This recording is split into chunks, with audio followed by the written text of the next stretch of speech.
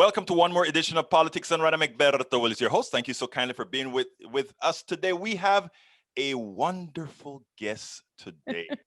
Rebecca Azor is the co-host of, or let me say it better. Rebecca is the host of Like It or Not under the Benjamin Dixon Show's platform. She is an insightful independent journalist with a very informed opinion. And one of the reasons I wanted her here is because of said informed opinion with a passion. Mm. Welcome to Politics Done Right, Rebecca. How are you doing today? Thank you so much, Egberto. I'm doing really, really good. I'm happy to be here. This is funny because I've been invited to speak on a lot of people's platforms, and I just don't do it much because I'm usually really busy. But I absolutely, I love when we have family friends to the show, and I think that you are one of them. So I was like, let's just go ahead and let's get right into it. So I am your first. This is my first outside of our show when it comes to politics. Speaking about politics. So this is wonderful. I'm happy to Well, be look, here. I am honored to have you here because let me tell you, from the time I started appearing ever so often on your show, I am just enthralled with the passion that you guys bring to politics, and I think most importantly, it's a lot of fun. Like I watch you in the mornings, and you're talking about just about everything that touches the average person, right? Yeah, And yeah. and that is and to be blunt, I am starting to learn a few things because I tend to be sort of a straight arrow politics guy, and that can get sort of boring. And watching you guys is it's just pleasant in the morning. Let me just tell you that. No, thank you. I really, really appreciate it. Literally being on the show and meeting people like you guys, it's great because we're all talking about the same thing, but we probably package it different. But there's Right. nothing wrong with, just being on the same wave, right? And we all look different, we all speak different languages and things like that.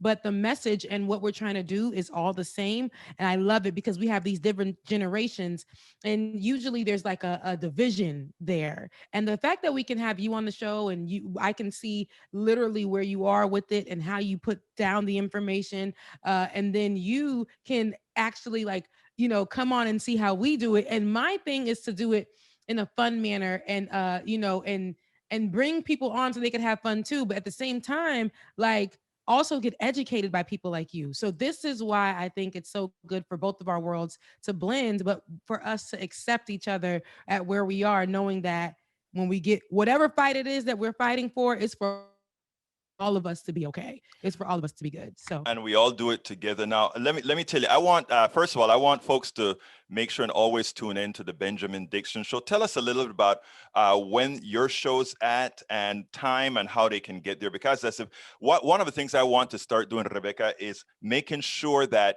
we all co-mingle and we let people know that there are different places to go to get different flavors of good actual information. So talk to me. yes. So, well, basically, you can find our show first and foremost every morning, Monday through Friday, on YouTube, the YouTube space, Facebook space. We're on Twitter as well, but YouTube is our prominent format, and we stream from there every morning at 8:30 a.m. We have a Eastern. DJ, yeah, Eastern Standard Time. Yes, so everybody gets a little like, oh gosh, I gotta wake up in the morning, but they still catch us, and you can also catch it after we record as well because we'll have it on live play for you. But 8:30 in the morning, we'll have the DJ start you off for a little bit, and enjoy that. And then we get on and we'll just have a conversation a bit about our day, and then we'll go right into some politics. Sometimes we'll have some guests on like yourself, or some political guests, or just different guests that come as experts on a subject matter that we may be talking about, so that we can push further the issue that we're talking about, or it just come from the mouth of the expert. Because sometimes we're not experts. I mean, we have our commentary and we do give you the ideas and the stories, but it's so much better to have these representatives sometimes, these activists, just all across the board, these other media members in the same space as us. So you guys can come and find that. And then we have news that's for the culture, like millennials like to say. Like we like to say, it's for the culture. Sometimes where things are happening within the Black community that won't be covered on any other mainstream media. And we like to talk about that and get to like different conversations about it. And I like positive news. We do this thing called Black Joy because sometimes we can take you through a heavy start of the day when it comes to politics that could actually break you. And then so I like to ending with something positive for people. It could be a quote, it could be some videos, just something fun for us to just have conversations about. When it in most uh, first and most of all, it's always going to be related to Black issues. So Well, let me tell you, I want the audience to know a little bit about Rebecca Azor. So mhm. give us a little bio about Rebecca, because I mean, like I said, when you listen to your commentary, you actually see that you are everybody's woman. In other words, you go out there and people can feel that the things you talk about are things that they are going to live through. I heard you talking yesterday when I was on your show about what you went through, some tribulations you went through at the job, etc. So tell me a Mhm. little about you first, and then I'm going to ask you a few questions about that as well. Sure thing. So, me first, again, my name is Rebecca Azor. So, I am Haitian. I come from, I'm a product of immigrants out of Haiti, and I am a journalist. Right. I started off. I went to Florida A&M University, which is a predominantly.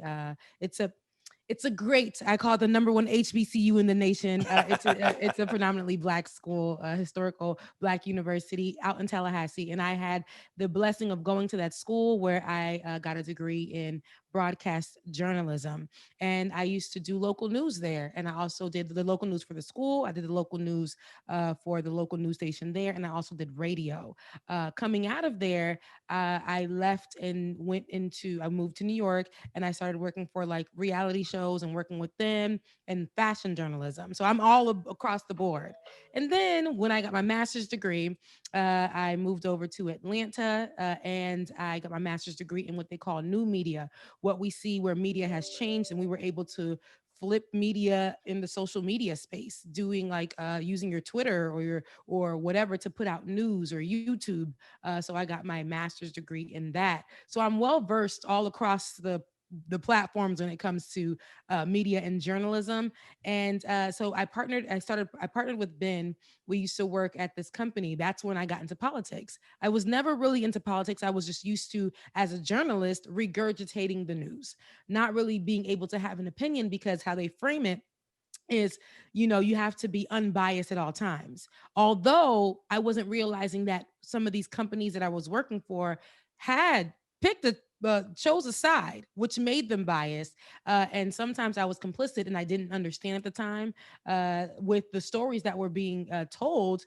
And I Becca, wanted to see, I want to break you 1 second. yeah, Please remember your trend, because you just made a very, very important statement that I want our audience to realize. When yeah, Rebecca says that she in old media, it was always spoken about, we have to be completely unbiased. In other words, this person says, the other said. But what she realized is that there was implicit bias in what was actually chosen as the story. So yes. that stuff about the media being unbiased was never true.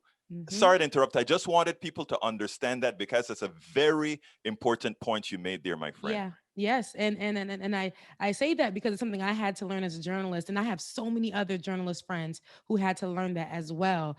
Some of them still being in the mainstream media, and some of them having to go on and start their own. I was blessed with an opportunity that just fell in my hands after I graduated with my master's degree.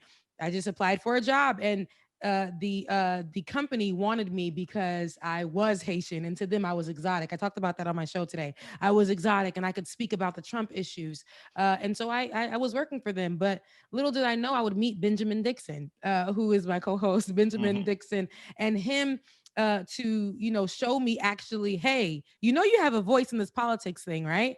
You don't have to just be straightforward talking about Trump or having these conversations that don't mean anything to you. You have, because outside we'll have these conversations. He said, if you feel this way, change your stories to that so you can speak and have your opinions. And I started seeing the benefits of that. I started seeing that, oh my goodness, I actually have a voice. I actually feel something. I'm actually learning about politics, and I'm teaching people who aren't on the higher level or the lower level, but regular everyday people about politics. And it doesn't have to be worded in this way, or it doesn't have to be worded in that way. This is just like, hey, I'm just like you, and this is how I feel about it. And it just really, from there, I just began to grow and began to grow. And I started changing the stories from just Donald Trump to Black women in their healthcare, to Black people and their lack of knowledge when it comes to their local legislators. I started learning and teaching, and that was really what got me to a place where I'm like, I want to stay in politics, but I also want to add some culture to it as well. And I also got the chance and the opportunity to talk about Haiti. And that was the biggest thing for me coming into politics, because I was able to tie the two together: American politics and Haitian politics, what's happening in Haiti, how America has had their foot on their necks of Haitian people, and how it ties together, how I can reframe the narrative of how people view Haiti as the poorest country in the Western atmosphere.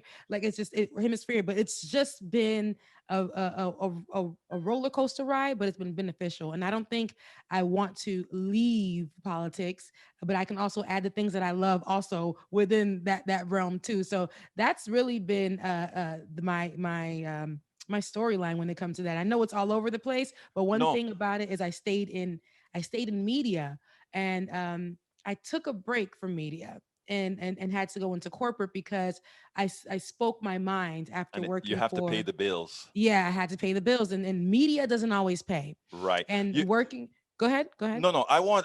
You were talking about Haiti, right? And Yeah. like one of the reasons, like I said, I love talking to you is because you always bring up these subjects, and that covers issues today that I actually want to expand on. You brought up Haiti, and you brought up the poverty in Haiti, right? And people Mhm. always look down and say, "Oh, look at the poorest nation on in the hemisphere, and it's a black nation," not realizing that Haiti was the first black independent Independent. country. That they revolted. They did what the founding fathers of America did. They Yes. didn't like working, taxation without representation, labor Mhm. without representation, Exactly. and interestingly, what they never tell you is that one of the problems with Haiti is the blockade of the Americans and others, because they were a free country, and that the slaves, the former slaves, had to pay. Pay. They had Mhm. to pay France for their freedom, and they have been doing that for centuries. And Centuries. that is, and henceforth, the poverty. It is the Yes. same capitalist system screwing a country and taking away their wherewithal. So I just had to say that once you brought up Haiti, and Yeah. people Yeah. have to understand. Oh, Haiti's not a basket case. Haiti Mm-mm. was made an issue by the capitalists of around the world. So Yep. just thought I might say that. Anyway, sorry to interrupt Oh that. no, I know that. See, that's what I do. I might start talking, and I'll have this point, I'll have this point, I'll take it everywhere. So yeah, that's another look. That's a story for another day. But I'm Right. glad that you pointed out all those things, and I want people to go and research those things and how they tie together. American politics, American leaders, and how they've had their foot on the neck of Haiti, and how we've been having to pay France for our entire existence of being free after we fought for our freedom against our oppressors. But go ahead and Google that. It's a simple Google search and you can find it. Um, but yes, working in politics, I actually, me and Ben grew something, and we decided to break away and do something even bigger, working with a well-known activist. We always do this, but he shall not be named. But we worked with a really well-known activist, huge activist, and we grew something there. And then I realized that not this is when Ben started teaching me not all kin folk is skin folk. That's what he said. Or not all skin folk is kin folk. Just because they say they're an activist, they're fighting for it. Then you get right with these people and you're excited to work with them, and they're not doing the work. So I had to break away from that because I called him out. I called that particular activist out, and he's very popular. And I called him out. I said, "Hey, this is not. You're not doing the work that you said you're doing. You're stealing. You're stealing content. You're doing all of this. There's nothing being done. Ben is the one that's doing all of the work. Ben is the one that's pushing these things and actually wants to do it with his heart. And because I spoke out about it, they it was a hard situation because now I felt like I was blackballed in the community. Little old me spoke up against a huge activist, and it was like, now I'm so mentally stressed. I had to take a break, so I went into the corporate world. I said I'm just going to take a year off. I'm going to go into corporate. Me going into corporate, and I can't name my business. I would love to name the You corporation that I can't. work with, but people, if people go down my timeline, they'll put two and two together and realize. But me working in corporate, and I thought it would be great just to sit down for a little bit, take a breather as I figure out, my way back into politics, and it honestly was a struggle, because I don't like being told what to do in that way, sitting in a cubicle farm, all of that. I just started realizing and unpacking as I worked in the corporate environment. Wow, this is a jail cell. This is like people are in cubicle farms, people are sitting here, and it's that you're doing the same thing every day.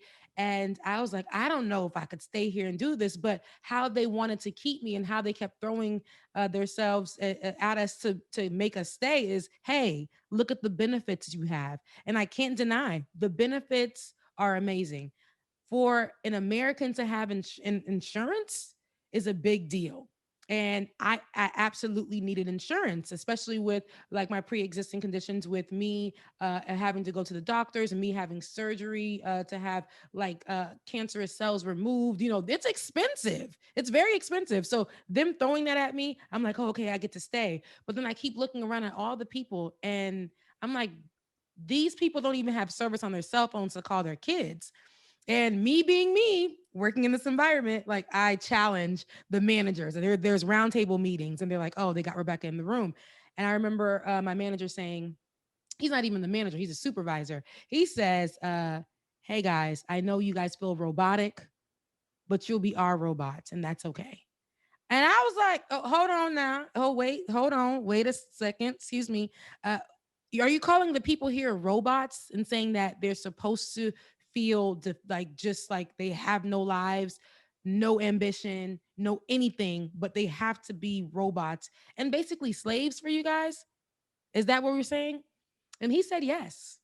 He looked at me and said, yes, that's it. Rebecca, Yeah. that is again. You come into the narrative that not only what I talk about, but what I write about. Let me tell you something, Ah, okay? It's interesting ah. that I said, and you remember when black people used to be slaves? They had Mm-hmm. the chains on them or the whips, and I said, America no longer has just black slaves. America has black, white, and every other slaves because what you just talked about with the capitalist structure that you worked in is Oh yeah. nothing more than antiseptic slavery, where most of the people, when you speak against that, the chains are in their minds. It's no longer on their wrists.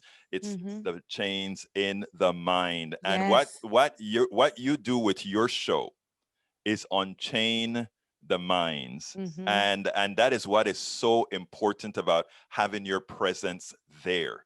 Yeah. There are too many of us who just abide, too many Mm-hmm. of us who just acquiesce to the system, and Yeah. that's why it has lasted.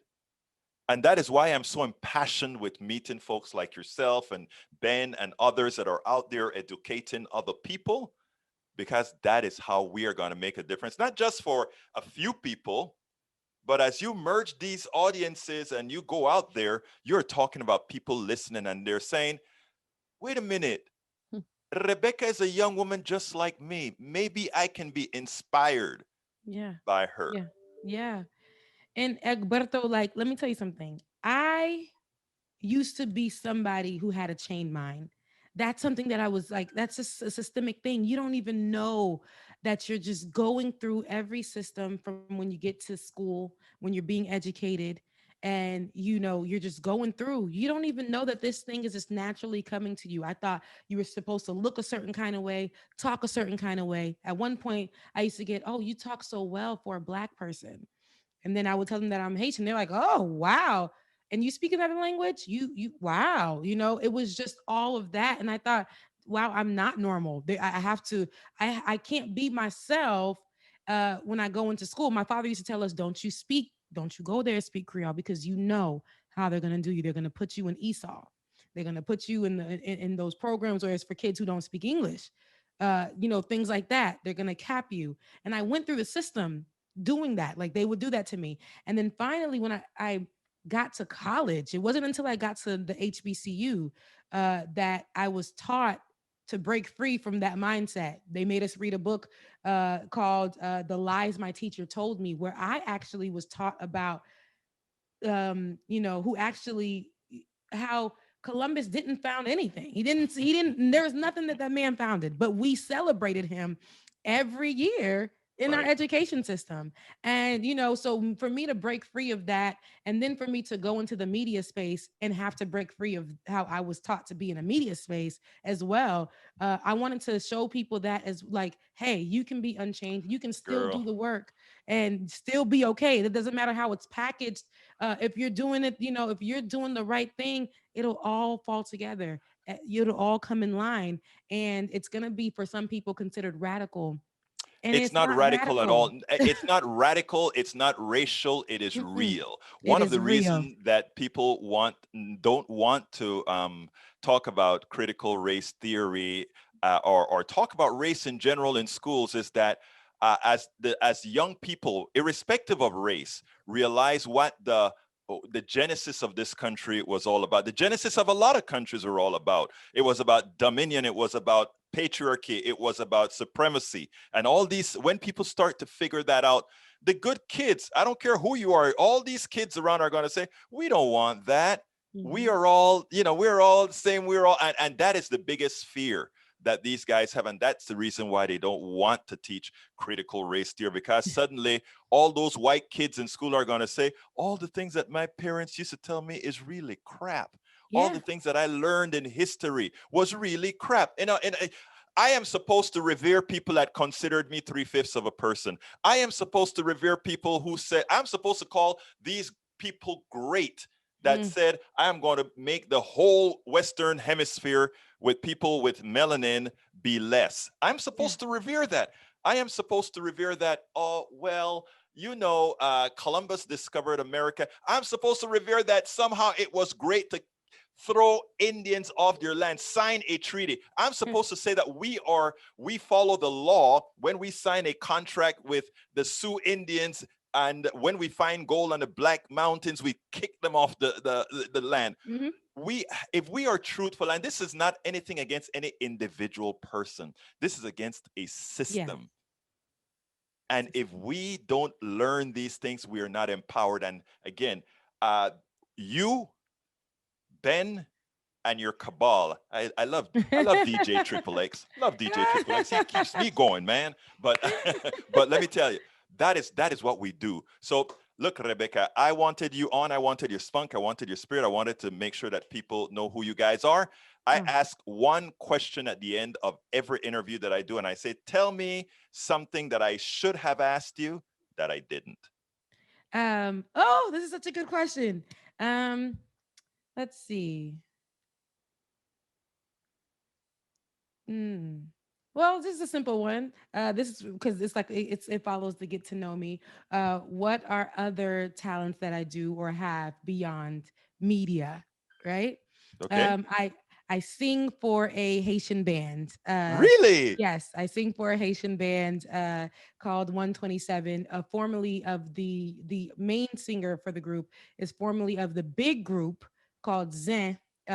Zin, where the main artist there was Alan Cave, who is an internationally renowned artist from Haiti, still living in Haiti. And so definitely I'm happy to be, a part of that where I can enjoy my Haitian culture. I also sing. So I also sing and dance. So that's my thing. That's how I keep my Haitian culture alive. And the music is a big, big, big, big part of Haitian culture, and it's influenced things like zouk in the Ivory Coast in Brazil, like things like that. So yeah, that's what I do outside of media, and outside of working Rebecca. for corporate. But you know what? Pretty soon, when folks realize that like it or not, is deserving of patrons through the Gazoo, just like we here at Politics Done Right are trying to get patrons Oh through the yeah. Gazoo. Oh Uh, yeah. People are going to start. I think in the long run, we all get the support that we need to keep these types of platforms going, and then you're going to be able to say "Corporación, adios." You, Yes. Corazón, adios. Adios. But look, Rebecca Azor, co-host of Like It or Not. Look, it's been my pleasure to have you on board. Thank you so kindly for being with us. And we are going to talk again because you know what? There are certain subjects that are going to come up that I'm going to say I got to get you on to put some context on that subject. Thank you so kindly for having been on Politics Done Right. Thank you so much, Egberto, for having me. And you know I can get to talking, so you know that like when you come on our show, I come on yours, and we just get the conversations going. You Thank you got so that much. right. Thank you so kindly. All right, you have a good day. We spend a lot of time deconstructing the news, trying to parse it into a form that everybody can understand. We try to find those little nitpicks where it flies above the fray, etc. If you really like these videos that we do, I want to ask a big favor. Please go ahead. Number one, subscribe to our channel, and number two, please join if you can. Thank you so kindly for watching. Keep watching. Please remember to share. We must populate the entire internet with our progressive message, a message that we know is what most Americans say that they want. So help us, please join.